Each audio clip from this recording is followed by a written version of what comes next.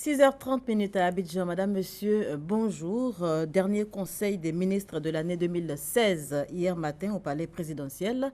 Il en ressort un appel à la vigilance face aux sociétés d'agro-business. Le conseil a par ailleurs décidé de limiter à 2 le mandat des administrateurs des établissements publics nationaux. Vous en aurez largement écho dans nos éditions de la mi-journée. Fin de la deuxième législature de la Seconde République hier mercredi. La clôture de la deuxième session ordinaire de l'année 2016 met un terme aux 5 années du mandat parlementaire des députés. Notez qu'à cette occasion, le président de l'Assemblée nationale a félicité les députés élus. Il a également encouragé ceux qui font leurs adieux à l'hémicycle. On parle sport à présent, football, CAN 2017. Michel Dussuyer a publié hier la liste des 24 joueurs convoqués pour la préparation à Abu Dhabi. Une liste qui laisse entrevoir ses attentes, à savoir défendre coûte que coûte le titre de champion d'Afrique de la Côte d'Ivoire. Salif Ouattara. Pour le stage de préparation de la CAN Gabon 2017, Michel Dussuyer a publié la liste des 24 joueurs présélectionnés. Un seul joueur devra quitter Abu Dhabi au soir du 4 janvier 2017, date à laquelle le sélectionneur doit rendre officielle sa liste définitive. 3 gardiens de but, Sylvain Bo, Badra Ali, Sayouba Mandé. 8 défenseurs, Aurier Serge, Bagayoko Mamadou, Eric Bailly, Deli Simon, Diarasuba Osman Vieira, Canon Wilfried, Kone Lamine, Traoré Adama. 6 milieux, Angban Victorien, Doucouré Chek, Kessier Franck, Nguessayao Serge, Sérédié Geoffroy, Séri Jean-Michael. Et 7 attaquants, Boni Wilfried, Max-Ale Gradel, Salomon Kalou, Jonathan Kodja, Pepe Nicolas, Sio Giovanni et Wilfried Zaha. Des choix que l'entraîneur assume. Cette liste s'inscrit dans une continuité. Ça fait des mois que je travaille à constituer un groupe et que au fil des matchs, ce groupe s'est modifié, ce groupe s'est enrichi. Ce groupe aussi a donné satisfaction. Prévu du 2 au 12 janvier 2017 à Abu Dhabi, le stage de préparation des éléphants permettra à Michel Dussuyer de travailler avec les attaquants qui marquent peu depuis quelques temps. Cette information, avant de continuer, elle émane du ministère de l'Emploi et de la Protection sociale. Notez que le dimanche 1er janvier 2017, jour de la fête du Nouvel An, est déclaré jour férié et chômé sur toute l'étendue du territoire national. On parle économie à présent. La Belgique en première place dans le paysage de l'économie ivoirienne. Pour l'exercice 2015, eh bien, la Belgique s'est classée en première position pour les investissements étrangers devant la France. La diffusion des comptes extérieurs de la Côte d'Ivoire a dessiné en tout cas les contours de la nouvelle cartographie des investissements directs de la Côte d'Ivoire. Les explications de Adama Kone. Absente de la cartographie des bailleurs de fonds privés il y a quelques années, la Belgique fait une percée dans le paysage des investissements directs étrangers, IDE, en 2015. Et avec la manière, la Belgique a en effet ravi la première place des investissements directs étrangers à la France sur l'exercice 2015 avec 59,8 milliards de francs CFA injectés en Côte d'Ivoire. Ces informations ont été livrées à la faveur de la diffusion des comptes extérieurs de la Côte d'Ivoire. D'autres pays comme le Canada, troisième investisseur après la France, et le Maroc, quatrième investisseur, font également une apparition remarquable dans l'économie ivoirienne. Une économie qui d'ailleurs a de bonnes raisons de séduire les détenteurs de capitaux étrangers. Les réformes dans la gouvernance économique et financière dans le cadre de la mise en œuvre du Plan national de développement 2012-2015 ont permis d'enregistrer à fin 2015 une inflation modérée de 1,2%, un déficit budgétaire soutenable de 2,9%, un ratio dette sur PIB de 42,1%. Tous ces ratios sont en dessous des normes de critères de convergence au sein de l'UEMOA et sont conformes effectivement aux engagements pris avec les institutions internationales. Les investissements directs étrangers se chiffrent à 292,3 milliards de francs CFA. Le secteur des industries extractives se taille la part du lion, absorbant 32,5% de ce montant, contre 21,3% pour les télécommunications, 18,1% pour l'intermédiation financière ou 12,3% pour l'industrie manufacturière. Le commissaire du gouvernement, le colonel Ange Kessi Kwame, a fait le point des activités de l'année 2016 du tribunal militaire, des procès pour corruption et racket et pour violence sexuelle, autant de points abordés à cette rencontre. Abou Sanogo. Cette rencontre est périodique. Elle se tient 4 fois par an. Elle est initiée par le commissaire du gouvernement pour faire le point sur la poursuite de la politique criminelle engagée par le gouvernement. Les incidents entre des éléments de la police nationale et la population civile à Katioula, Diokwe, Yamoussoukro, Tumodi, Mankono et l'assassinat de militaires de la gendarmerie. Les cas de Bouna, Bondoukou et Meyagui ont été quelques sujets abordés par le procureur militaire, le colonel Ange Kessi Kwame. Par ailleurs, il invite les populations à ne pas se rendre à justice. Vous ne devez pas brûler un commissariat de police. Ce sont des services publics. Donc ça n'appartient pas seulement à la ville, ça appartient à tout l'État de Côte d'Ivoire. Porter le feu à une brigade ou à un commissariat, c'est commettre une infraction qu'on appelle l'incendie volontaire.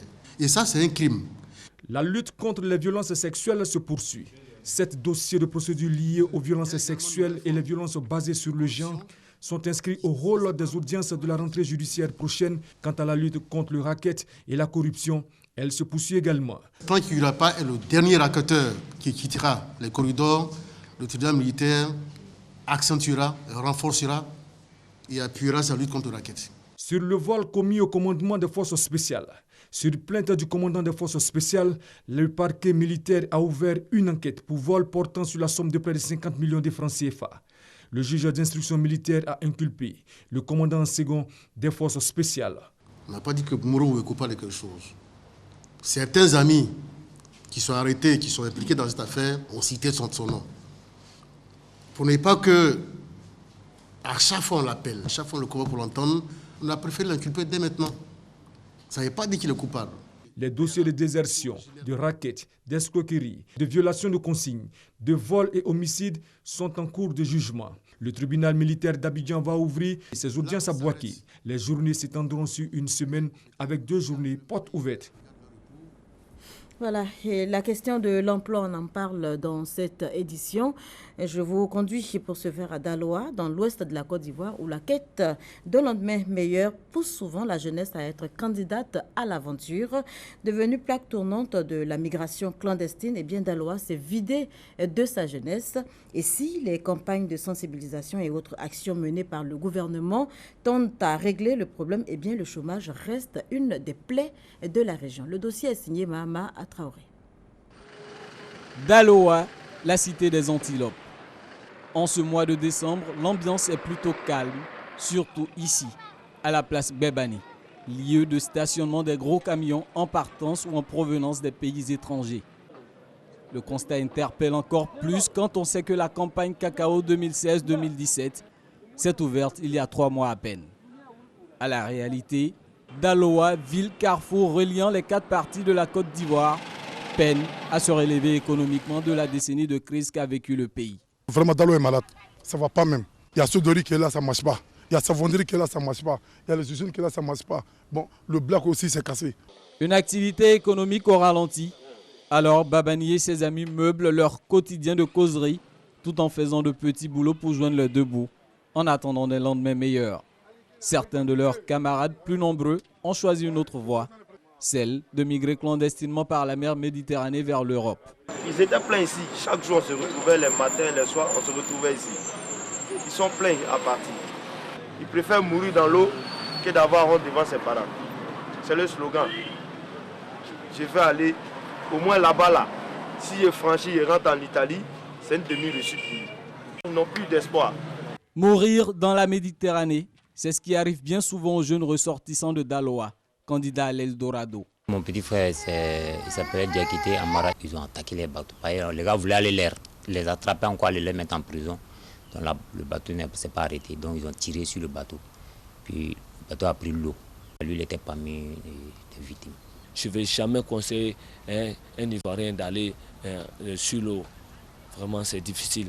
Vu la situation, le froid, ça meurt là-bas beaucoup.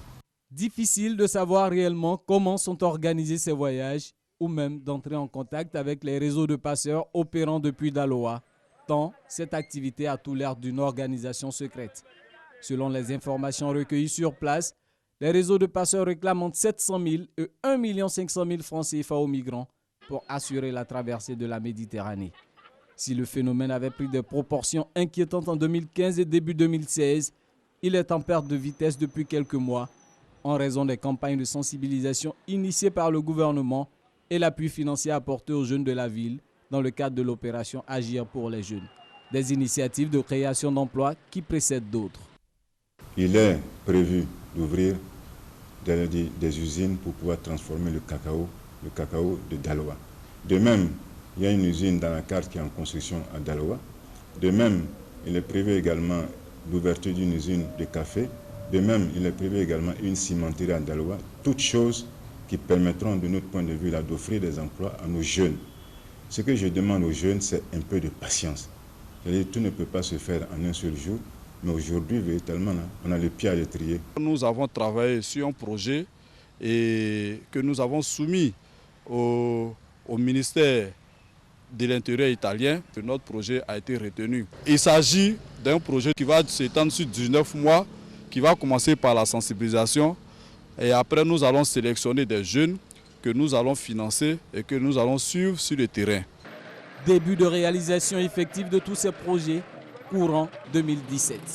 Si l'échéance et les promesses sont tenues, Daloa retrouvera son lustre et surtout son attrait économique d'antan.